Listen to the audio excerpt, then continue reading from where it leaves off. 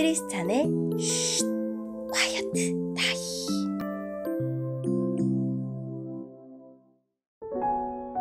샬롬, 크리스찬 성도님들 반갑습니다. 오늘의 본문은 사무엘상 10장 17절부터 27절까지의 말씀입니다. 본문의 제목은 왕이 된 사울입니다. 본문을 읽기 전에 어떤 내용인지 요약본을 먼저 읽어드릴게요. 사무엘이 미스바에서 죄인을 찾듯이 사울을 뽑아 왕으로 세우고 모든 백성 앞에서 사울이 왕이 되었음을 공식적으로 선언합니다. 하지만 일부 사람들은 사울을 왕으로 인정하지 않습니다. 오늘의 본문 1절입니다. 사무엘은 이스라엘 모든 백성에게 미스바로 나와 여호와를 만나라고 말했습니다. 사무엘이 말했습니다. 이스라엘의 하나님 여호와께서 이렇게 말씀하셨소. 나는 이스라엘을 이집트에서 이끌어내었다. 나는 너희를 이집트의 손에서 구해주었다. 너희를 괴롭히는 다른 나라들에게서 너희를 구해주었다. 그런데도 여러분은 여러분의 하나님을 배반하였소. 하나님은 모든 괴로움과 어려움에서 여러분을 건져주셨소. 그런데 여러분은 아니다. 우리는 우리를 다스릴 왕이 필요하다 라고 말하고 있어. 자, 이제 지파와 가문별로 여호와 앞에 서시오.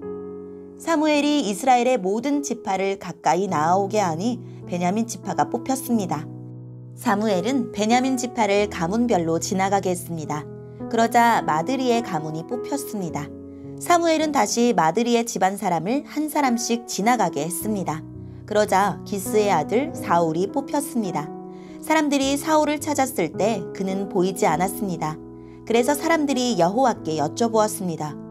사울이 여기에 와 있습니까? 여호와께서 대답하셨습니다. 그렇다. 사울은 짐꾸러미 뒤에 숨어 있다.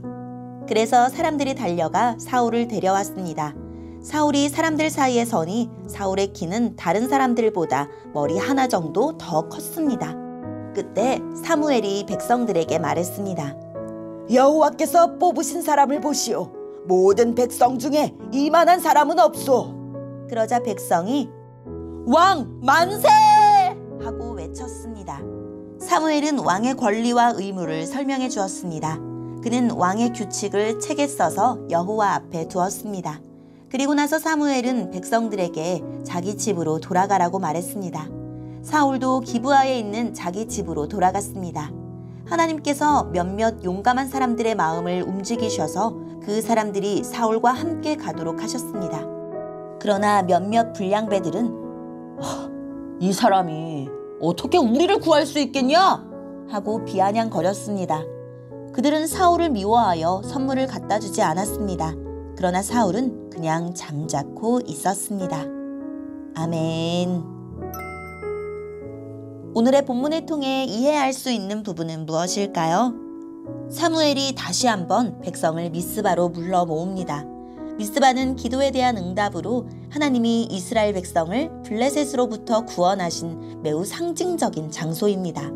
사무엘은 왕을 세우기에 앞서 전쟁의 승리와 구원은 오직 하나님에게만 있음을 강조하고 왕을 세우는 것은 여전히 하나님과의 언약에 대한 배반 행위임을 상기시킵니다.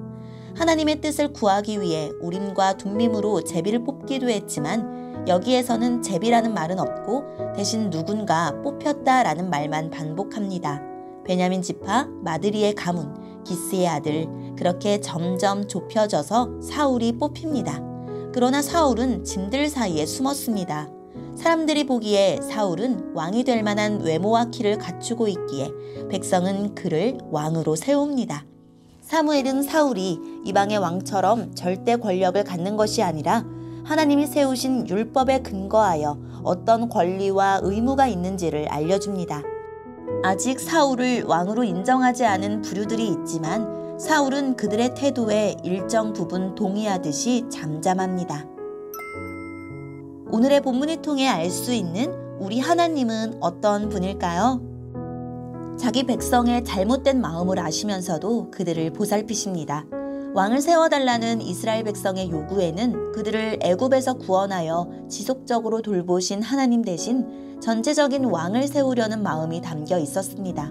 하나님은 그들의 반역을 지적하시면서도 그들이 엉터리 왕을 뽑지 않도록 직접 왕을 지명해 주셨습니다. 우리의 죄와 실수에도 불구하고 우리의 삶과 공동체가 무너지지 않는 까닭은 우리를 내버려 두지 않으시고 불쌍히 여기시는 하나님의 돌보심 덕분입니다. 주저하는 이를 다시 부르시고 실패한 이에게 다시 기회를 주십니다.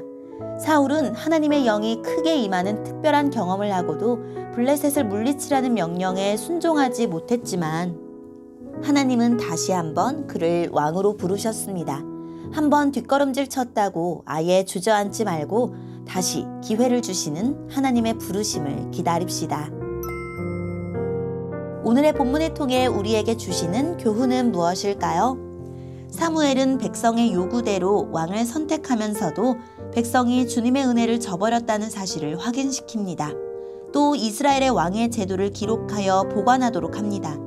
백성의 잘못된 동기에서 시작된 일이지만 그 일이 선한 결과를 얻도록 최선을 다하는 모습입니다. 주어진 상황이 최선은 아니라도 그곳에서 주님 뜻을 이루기 위해 최선을 다합시다.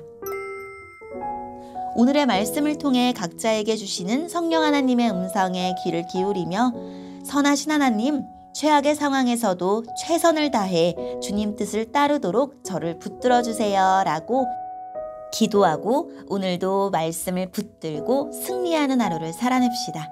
여기까지 크리스찬의 쉿 콰이어트 타임이었습니다.